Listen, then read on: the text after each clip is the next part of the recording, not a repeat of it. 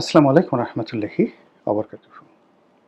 সম্মানিত দর্শক, দেশ কিভাবে চলছে এবং কিভাবে চলবে, দেশের কল্যাণ কিভাবে হবে, কিভাবে উন্নতি হবে, এই বিষয়গুলি নিয়ে সামগ্রিক আলাপ আলোচনা যতটা না হচ্ছে তার চেয়ে বেশি হচ্ছে কোন কোন মন্ত্রী কি কি করছেন,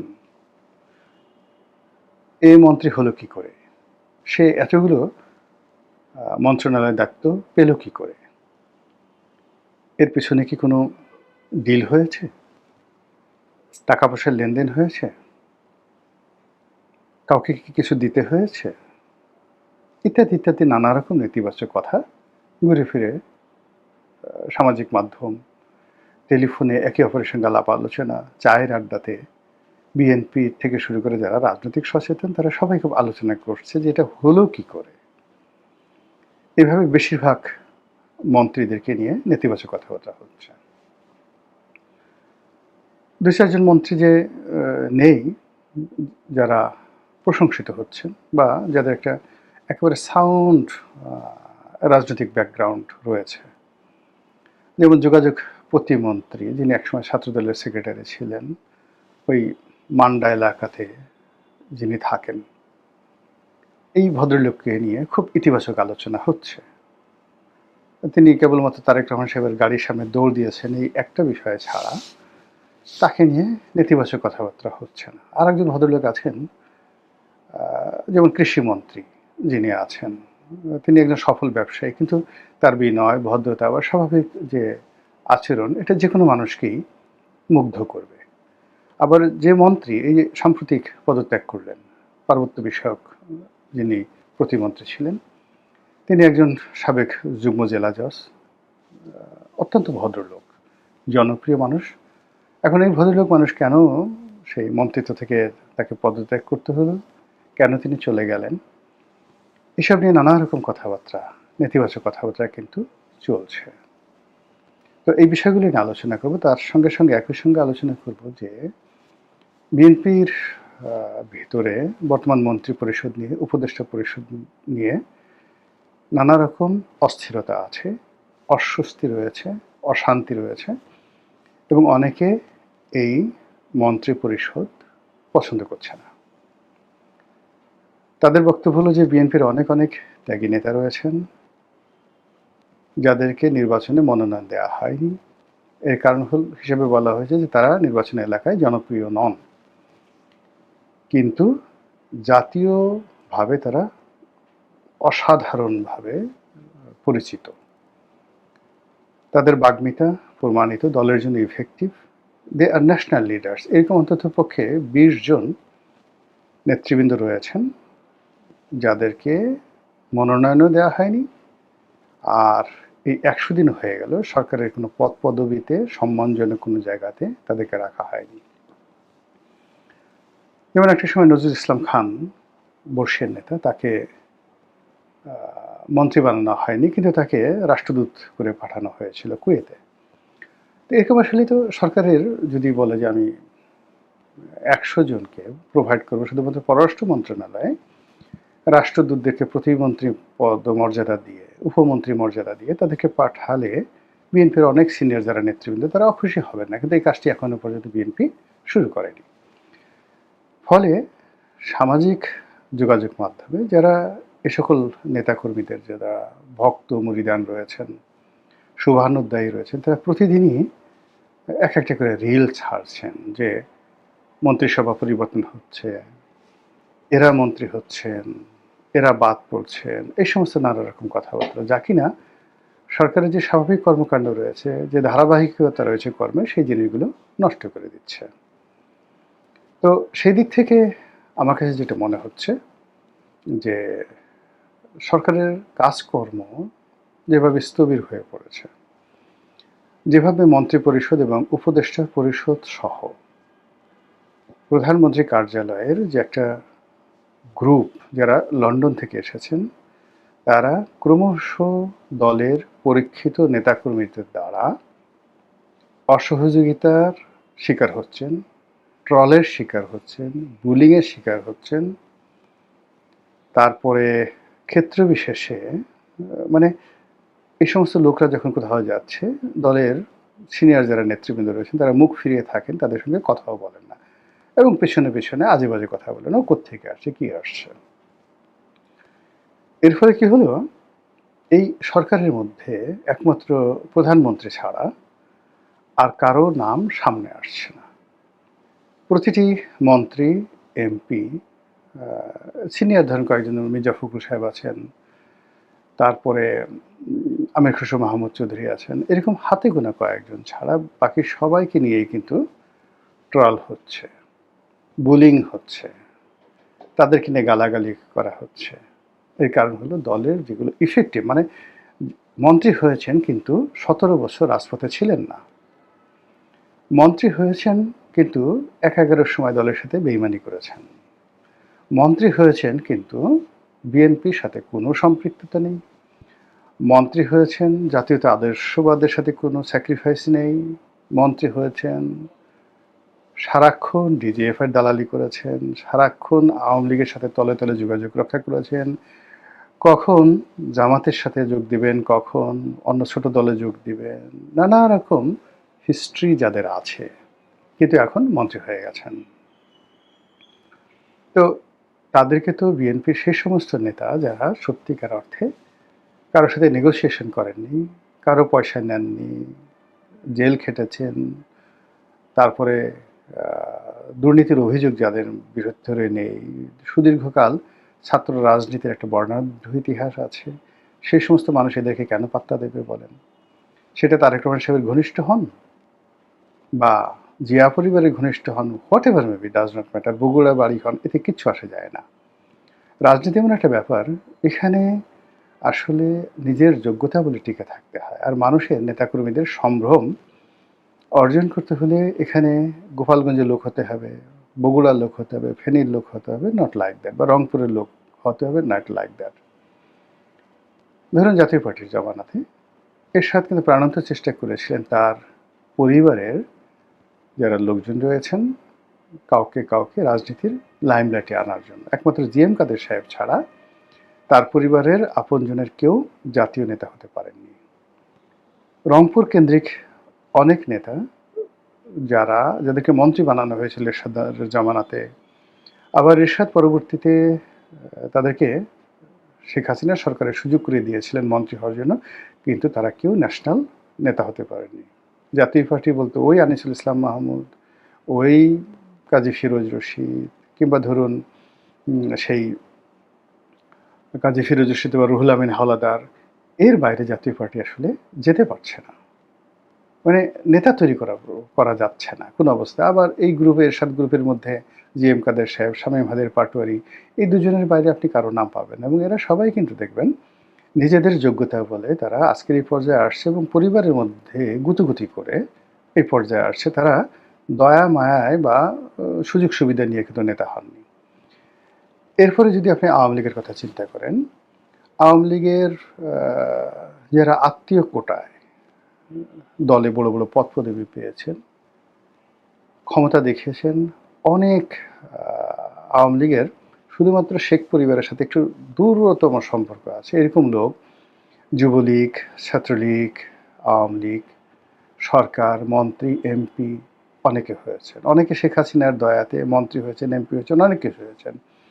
কিন্তু একটা সিঙ্গেল লোকের দেখান তো যে ন্যাশন ওয়াইড, ন্যাশনালি জাতীয় নেতা হিসেবে স্বীকৃতি পেয়েছেন, আওয়ামী লীগ নেতাকর্মীরা তাকে ভালোবাসে, এরকম একটা সিঙ্গেল লোক পাবেন না। শেখ পরিবারের মধ্যে আত্মীয় কিন্তু নেতা হয়েছেন, তারা নিজেদের যোগ্যতা বলে, তাদের শেখ পরিবারের আত্মীয়তা না থাকলেই বরং তাদের ভালো হতো। যেমন ধরেন জাহাঙ্গীর কবির নানক, যেমন ধরেন আবুল হাসনাত আবদুল্লাহ, দে আর পলিটিক্যালি মাস্টার, রাজনৈতিকভাবে তারা পরিপক্ক। ইভেন শেখ সেলিম, শেখ ফজলুল হক মনি, তারা পলিটিক্যালি ম্যাচিউরড। সেখানে শেখ পরিবারের সাথে সম্পর্ক না থাকলেও কিন্তু তারা দাঁড়িয়ে যেতেন। কিন্তু শেখ হাসিনা যাদেরকে চেষ্টা করেছেন, বা যারা শুধুমাত্র দ্বিতীয় জেনারেশন, তৃতীয় জেনারেশন, ইভেন আপনি চিন্তা করেন পুতুলকে বা জয়কে, তাদেরকে রাজনীতিতে আনার জন্য, এস্টাবলিশ করার জন্য এমন কোনো চেষ্টা নাই যে সবাই করেনি, কিন্তু হয়নি। সত্যিকার অর্থে এখনো পর্যন্ত হচ্ছে না। আগামীতে যদি হয় সেটা ব্যতিক্রম একটা ঘটনা। শেখ রেহানাকে বিকল্পভাবে দাঁড়া করানোর জন্য কে না চেষ্টা করেছে, শেখ হাসিনার বিকল্প, কিন্তু হয়নি।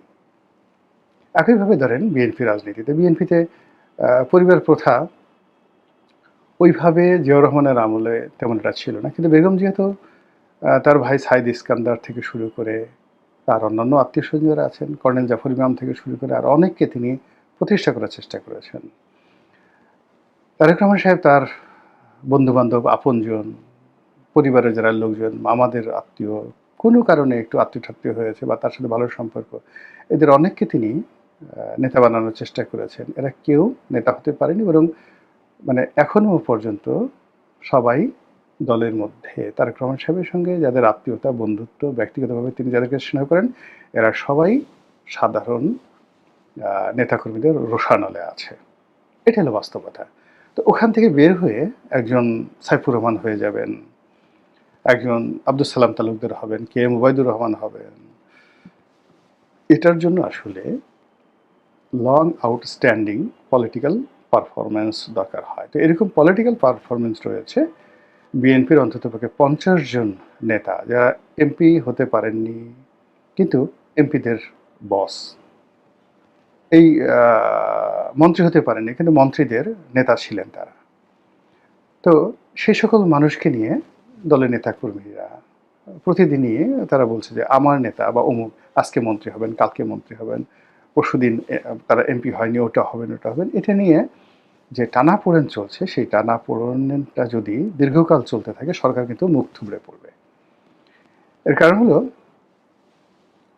একটি রাজনৈতিক সরকারে কর্তৃত্ববাদী, যেমন ধরেন শেখ হাসিনা আব্দুর রাজ্জাক সাহেবকে একেবারেই পছন্দ করতেন না, তোবাইল আহমেদকে তো নাই, আমির হোসেন আমনকেও তিনি শেষ দিকে একসময় তার খুব প্রিয় ছিল, কিন্তু তিনি পছন্দ করতেন না। কিন্তু দলে তাদেরকে পদ পদবি দেওয়া থেকে শুরু করে তাদেরকে মন্ত্রিত্ব দিতে বাধ্য হয়েছিলেন। আবার ধরুন মতিয়া চৌধুরীর অনেক যোগ্যতা, ভীষণ রকম যোগ্যতা, শেখ হাসিনা তাকে খুবই ভালোবাসতেন, কিন্তু আওয়ামী লীগ তার মৃত্যুর পূর্বক্ষণ পর্যন্ত তাকে গ্রহণ করতে পারেনি, কখনো গ্রহণ করতে পারেনি। সেম সুরঞ্জিত সেনগুপ্তের একই অবস্থা। অন্যদিকে আব্দুল সামাদ আজাদের মতো যারা এমিনেন্ট লোকজন আছেন, তারা সব কিছুর ঊর্ধ্বে এখনও সেই সিলেট অঞ্চলে তাদের যে কর্তৃত্ব, এটা আপনি অস্বীকার করতে পারবেন না। এই একই প্রথা কিন্তু বিএনপিতেও আছে। বিএনপি যে সকল প্রোডাক্টস ছাত্রলীগ থেকে নয়, ছাত্রদল থেকে আসছে, যারা রাজপথে গত 17 বছর কাজ করেছে, একাগারের সময় দলের সাথে বেইমানি করেনি, সেই সকল মানুষদেরকেই বিএনপির নেতাকর্মী, জেলা পর্যায়ে প্রান্তিক যারা আছে, তারা হৃদয় থেকে ভালোবাসে, মন থেকে ভালোবাসে। এক, আর এই সকল নেতাদের আপনি কোনো কিছু না দেন, তাদেরকে ক্রস ফায়ারে মেরে না ফেলা পর্যন্ত এদের সামনে সাইকোলজিক্যালি আপনি 10টা মন্ত্রণালয় দিয়ে কোনো মন্ত্রীকে বানান, ও ঠিকমতো বসতে পারবে না, ইম্পসিবল। এটা মানে আমি ছোট মানুষ, তারপর আমি দেখেছি যে ধরুন আওয়ামী লীগের অনেকে মন্ত্রী হয়েছে, তো মন্ত্রী হওয়ার পরেও সে, যেহেতু আওয়ামী লীগের সঙ্গে আমার সম্পর্ক বেশি ছিল, কিন্তু আমাকে একটা টেলিফোন করবে বা আমার সামনে এসে বসবে বা রনি ভাই কেমন আছেন, এই সাহস আওয়ামী লীগের বেশিরভাগ মন্ত্রীর ছিল না। আবার যারা আওয়ামী লীগের সিনিয়র মন্ত্রী, তোহাল সাহেবের মতো মানুষ, মতিয়া চৌধুরীর মতো মানুষ, ওবায়দুল কাদের মতো মানুষ, তাদের সঙ্গে কিন্তু একেবারে শেষ দিন পর্যন্ত আমার একটা সম্পর্ক ছিল। তারা আলোচনা করতেন, ক্ষেত্র বিশেষে পরামর্শ নিতেন, দিতেন, আফসোস করতেন, বকে দিতেন। এই রাষ্ট্রপতি আব্দুল হামিদ সাহেব থেকে শুরু করে আরও সবাই। বিএনপির একই অবস্থা। তো ওইরকম মানে ধরেন এখন আসাদুজ্জামান রিপন, শামসুজ্জামান দুদু, নজরুল ইসলাম খান, আচ্ছা এদেরকে, বা নাজিমুদ্দিন আলম, নাজিমুদ্দিন আলমের পরে আমানুল্লাহ আমান, তারপরে সেই ফজলুল হক মিলন, যারা 90-এর গণ অভ্যুত্থানের নেতা। আচ্ছা বলেন তো, এই ক্যাবিনেটে তাদের সঙ্গে মন্ত্রীগিরি দেখাবেন কে আছেন? তাদের সাথে মোরালি কথা বলবে, তাদের সামনে পায়ের উপর পা তুলে তাদেরকে একটা হুকুম দেবেন বা বলবে যে অমুক ভমুক জায়গায়, এরকম কেউ আছে? আবার এই লোকগুলো যখন কোথাও একটা বসে থাকবেন, একজন মন্ত্রী হয়েছে, সে তাদেরকে সে টিটকারি করবে। আপনি আমি একটা জাস্ট একটা বাস্তব উদাহরণ বলি, যেমন আওয়ামী লীগের 3-4 জন মন্ত্রী, তা আমি, তোফায়েল ভাই, রাজু ভাই, সুরঞ্জিত দা বসে আছি সংসদ ক্যাবিনেটে, তো আমরা খুব আড্ডা মারছি। তো আমার বয়স অল্প হলেও, এটা কি ইস্তেফাকা বলেন আর যা কিছু বলেন, সিনিয়র যারা ছিলেন তাদের সবার সঙ্গে, ইনক্লুডিং সৈয়দ আশরাফ, এদের সবার সঙ্গে আমার একটা বন্ধুত্বপূর্ণ সম্পর্ক ছিল। এত বন্ধুত্ব যে আমরা আমাদের প্রাইভেট লাইফ পর্যন্ত খোলামেলা আলোচনা করতাম সেখানে। সেখানে প্রেম নিয়ে, ভালোবাসা নিয়ে, সেক্স নিয়ে, সে আদি রসাত্মক গল্পগুজব আমরা এই একসাথে বসে করতাম। তো রাজিউর রহমান রাজু অনেক সিনিয়র নেতা, তিনি, সুরঞ্জিত সেনগুপ্ত তিনি, তোফায়েল আহমেদ, আমরা বসে আছি। সেখানে ধরেন পররাষ্ট্রমন্ত্রী বা মন্ত্রী, ফুলমন্ত্রী হাসান মাহমুদ সে যাচ্ছে, তা শুধু অপমান করার জন্য তোফায়েল ভাই তো মন্ত্রী না, এই হাসান মাহমুদ এদিকে আয়, একটা তুই তুই করে এদিকে আয়, কেমন আছিস, তোর ধান্দা বান্দা কেমন যাচ্ছে। তো উনি তো একটা মাথা নোয়ায় রাখছে, মাথা নোয়ায় রাখছে। তারপরে আরো অনেক অসম্মানজনক কথাবার্তা। তো বললো যে যে তুই যে কার্গোর ব্যবসা করিস, বা যে তোর নাকি ফিশিং বোট আছে 2টা। তো তো বলছে না 2টা না 1টা। তারপরে রাজু ভাই বলতেছে তুই যে আমার কাছ থেকে যে লাইসেন্স নিলি ওইটা কি চালাইতেছিস না এখন বিক্রি করে দিয়েছিস, তুই তুকারি করে। ওখান দিয়ে কামরুল সাহেব যাচ্ছিলেন, আইনমন্ত্রী, তার এই দেশের ডাক। তো সে বুঝতে পারছে কামরুল সাহেব বুদ্ধিমান লোক ছিল, তাকে অপমান করাবে। তো সে দিছে দৌড়, দৌড়ে অনেকে ছিল যে আসতেছে আসতেছে লিডার। এইভাবে দলের যারা সিনিয়র নেতৃবৃন্দ রয়েছেন তারা ক্যাবিনেটের বাইরে, পথে ঘাটে, মানে প্রধানমন্ত্রীর যারা আপনজন তাদেরকে উঠতে বসতে এভাবে অপমান করে। এটাই হলো রিয়েলিটি। তো সেই রিয়েলিটি যখন খুব বেশি পরিমাণ হয়ে যায়, পরিমাণে বেশি হয়ে যায়, তখন কোনো মন্ত্রী কাজ করতে পারে না। এখন আপনি বলেন তো, নুরু মন্ত্রী হয়েছে, ববি হাজরাজ মন্ত্রী হয়েছে, জুনায়েদ সাকি মন্ত্রী হয়েছে, রবিউল মন্ত্রী হয়েছে। এরা কি করে রুহুল কবির রিজভির সামনে গিয়ে কথা বলবে, তার সামনে গিয়ে দাঁড়াবে? বলেন, হাউ ইট ইজ পসিবল? তো এই যে যারা সিনিয়র নেতৃবৃন্দ তাদেরকে তো আসলে প্রোভাইড করতে হবে সাম হাউ, এবং এটা না করা পর্যন্ত সরকারের কাজে কোনো গতি আসবে না। ইভেন আপনি বাইরে থেকে আরও অনেককে মন্ত্রী বানাতে পারেন, অনেকে উপদেষ্টা বানাতে পারেন, ডাজ নট ম্যাটার। কিন্তু দলের যে সমস্ত লোকজন ভীষণ রকম ডেডিকেটেড, যেটা সেই 2012 সন থেকে এখন পর্যন্ত দলকে যারা টিকিয়ে রেখেছেন, ধরে রেখেছেন, দলের ফাউন্ডেশন, সেই মানুষগুলো ঘুরে বেড়াচ্ছে। আর দেখা যাচ্ছে যে আপনার পছন্দ বা যে কোনো যোগ্যতায় আপনি কাউকে মন্ত্রী বানিয়েছেন, এমপি বানিয়েছেন, তাদেরকে দিয়ে আপনি অনেক কিছু রাজনীতির রেস চালাতে চাচ্ছেন, ঘোড়া চালাতে চাচ্ছেন। এটা হবে না। এখানে একটা সমন্বয় করতে হবে। মহান আল্লাহ আমাদের সবাইকে হেদায়েত দান করুন, হেফাজত করুন। আসসালামু আলাইকুম ওয়া রাহমাতুল্লাহি ওয়া বারাকাতুহু।